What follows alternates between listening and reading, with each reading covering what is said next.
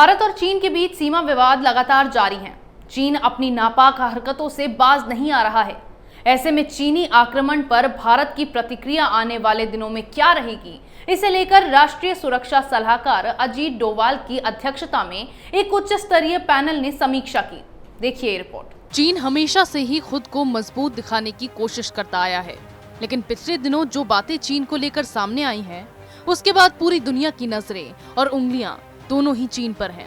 पहले कोरोना संक्रमण पूरे विश्व में फैलाया, फिर अपने सभी पड़ोसी देशों से भी अपने संबंध खराब किए और अब भारत और चीन के बीच सीमा पर तनाव जारी है।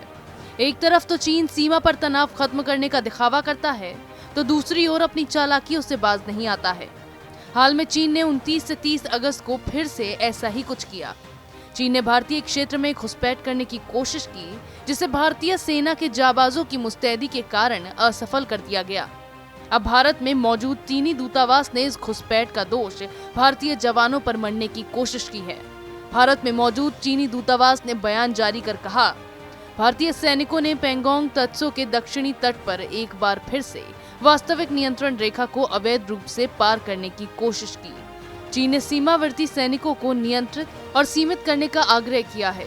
ऐसे में चीन अपनी इन हरकतों में अब कामयाब नहीं हो पाएगा, क्योंकि भारत ने चीन की इन हरकतों से सीख लेते हुए ऐसी रणनीति तैयार की है कि चीन के होश उड़े हुए हैं। राष्ट्रीय सुरक्षा सलाहकार अजीत डोभाल ने भारत चीन सीमा पर बढ़ते तनाव के बीच मोर्चा संभाल लिया है, साथ ही स्थिति का जायजा भी लिया। एनएसए अजीत डोभाल ने शीर्ष अधिकारियों के साथ भारत चीन सीमा पर स्थिति की समीक्षा की। वहीं भारतीय सेना और चीनी सेना चुशुल मोल्डो में ब्रिगेड कमांडर स्तर की वार्ता कर रहे हैं। इस वार्ता में सीमा विवाद को घटाने पर चर्चा की जा रही है। दूसरी ओर जैसे ही चीन की भारतीय क्षेत्र में घुसपैठ की चाल नाकाम हुई, उसके सुर ही बदल गए। चीनी विदेश मंत्री वांग यी ने भारत चीन सीमा पर जारी विवाद को लेकर अपनी प्रतिक्रिया दी। वांग यी ने कहा है, भारत और चीन को अपने मतभेदों को काबू में करने की जरूरत है और उन्हें संघर्ष में बदलना ठीक नहीं है। चीनी विदेश मंत्री ने कहा, बीजिंग हमेशा से विवादित चीन भारत सीमा के साथ स्थिरता बनाए रखने के लिए पूरी तरह प्रतिबद्ध है। उन्होंने कहा, चीन भारत से बातचीत करना चाहता है ताकि नई दिल्ली के साथ चल रहे मतभेदों को हल किया जा सके। दरअसल चीन की भारत के खिलाफ चली जा रही सभी चालें नाकाम होती जा रही हैं। भारत एक के बाद एक चीन को बड़े झटके देता ही जा रहा है। राफेल के भारत आने के बाद से तो चीन पूरी तरह से बौखला गया है। ऐसे में अपनी इस बौखलाहट में चीन अपनी इन हरकतों को अंजाम देने में लगा है, लेकिन अब मोर्चा एनएसए अजीत डोभाल ने संभाल लिया है, जिसके बाद चीन हड़बड़ाया हुआ है। भारत ने जैसे ही सीमा पर चीन को सबक सिखाने के लिए राफेल की तैनाती की, तो इसे देखते हुए चीन ने भी सीमा पर लड़ाकू विमान तैनात कर दिए।